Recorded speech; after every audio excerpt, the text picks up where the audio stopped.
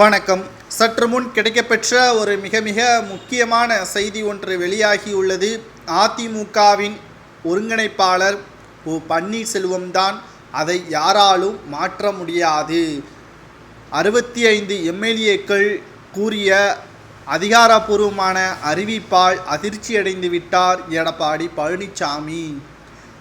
அதிமுகவில் நிகழக்கூடிய அனைத்து பிரச்சனைகளுக்கும் எடப்பாடி தான் முக்கிய காரணமாகவே இருக்கிறார். அதிமுக ஆட்சியில் இருந்த பொழுது எதிர்க்கட்சியாக திமுக செய்ததை விட தற்பொழுது எதிர்க்கட்சியாக இருக்கின்ற அதிமுக அதில் 1% கூட பூர்த்தி செய்ய முடியவில்லை என்றால் அதற்கு காரணம் என்ன என்பதுதான் இப்பொழுது அதிமுகவின் தொண்டர்கள் கேள்வி கேட்கக்கூடிய வகையில் அமைந்திருக்கிறது. அதிமுகவின் எம்எல்ஏக்களை தொண்டர்களை மதிக்காத அளவிற்குத்தான் செயல்பாடுகளும் அதிமுகவில் நடந்து கொண்டிருக்கிறது.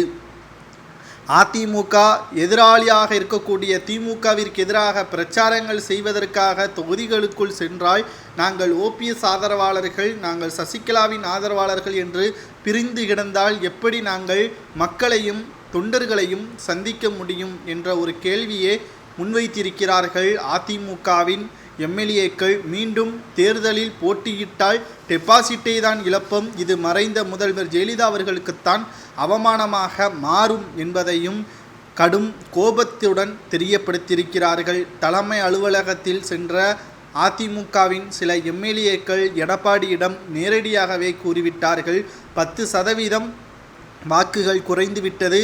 2026 சட்டமன்ற தேர்தலில் அதிமுக வெற்றியடைய வேண்டும் என்றால் ஒருங்கிணைந்த அதிமுகவால் மட்டும்தான் முடியும். தற்பொழுது நீதிமன்றத்தில் ஒருங்கிணைப்பாளர் ஓபிஎஸ் என்றுதான் பதிவு செய்யப்பட்டிருக்கிறது, அதை யாராலும் மாற்ற முடியாது என்பதையும் நிர்வாகிகளும் எம்எல்ஏக்களும் கூறியிருக்கிறார்கள். ஓபிஎஸ்க்கு ஆதரவாக தெரிவிப்பவர்கள் இனி கட்சியில் இருக்க மாட்டார்கள் என்று இன்று அதிகாரப்பூர்வமான அறிவிப்பை எடப்பாடி வெளியிட்டிருக்கிறார். அதனை எதிர்த்து நிர்வாகிகள் போராட்டம் நடத்த உள்ளதாகவும் தகவல்கள் வெளியாகியுள்ளது. நிச்சயமாக அதிமுக என்பது பேரியக்கம், அதை எடப்பாடி வரக்கூடிய வருடங்களில் ஒன்றும் இல்லாத கட்சியாக அதிமுகவை இழுத்து மூடும் அளவிற்கு செயல்பாடுகள் இருப்பதாக தற்பொழுது விமர்சனங்களும் முன்வைக்கப்பட்டு வருகிறது.